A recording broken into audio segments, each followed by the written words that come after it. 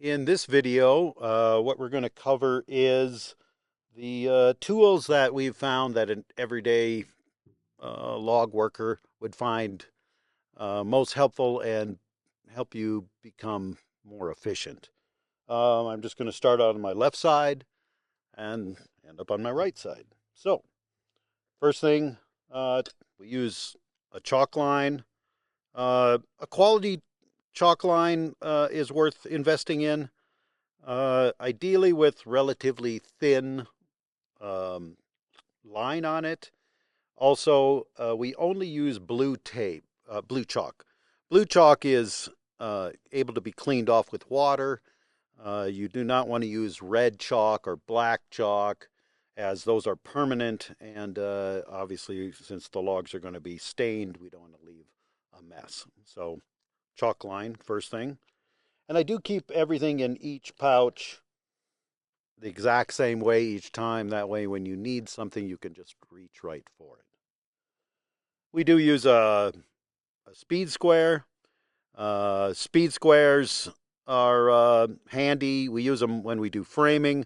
You do not use them a lot when you are doing normal log work, but uh, it's lightweight and definitely worth having on you.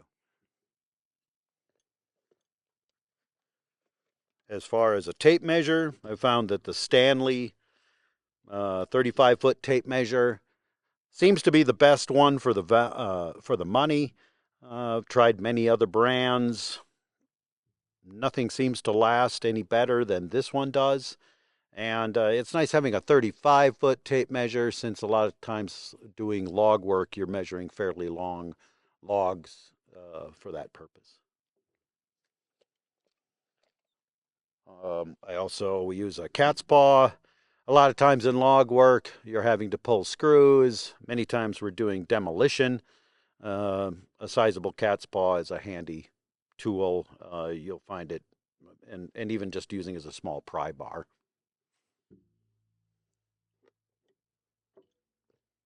As far as a hammer, I do recommend using a all steel hammer. In log work, we are using hammers many times as demolition tools again, and not as standard framing. We do a waffle head, although grind off the ridges so that you still have some purchase when you're putting in a nail, but you don't want to mar up things that you're hitting with your hammer. Um, an all steel hammer is really the best compared to a wooden handled hammer. On my right side, a 3/4 inch chisel. On this chisel, we don't really need it razor sharp. We will go through in another video on how to sharpen. But the 3/4 inch chisel you'll use many times to clean out holes and such like that. Again, we're not doing fine carpentry with it, but you need a fairly sharp 3/4 inch chisel. We use a bendable ruler. We call it a bendy. General Tools makes this. You can get them off of Amazon. These are quite vital for measuring with precision and also for drawing lines over a log. You'll see that in other videos.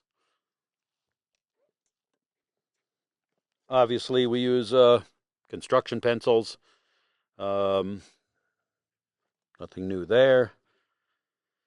We carry a scrinch. It's a screwdriver wrench. It's a chainsaw tightening tool. You'll need that quite often. And then you always have a flat screwdriver for just job site use. I always carry a Phillips screwdriver. Electric chainsaws, use them for tightening the chain. And again, on job sites, many times you need to put in a Phillips head type screw or remove one from work. Magic marker, Sharpie. You're labeling your work many times. When we're prefabricating things off site, you need to know how to put them back together. You don't want to label in pencil. Pencil wears off over time, so a permanent marker is handy for that. I carry just a standard, relatively cheap utility knife.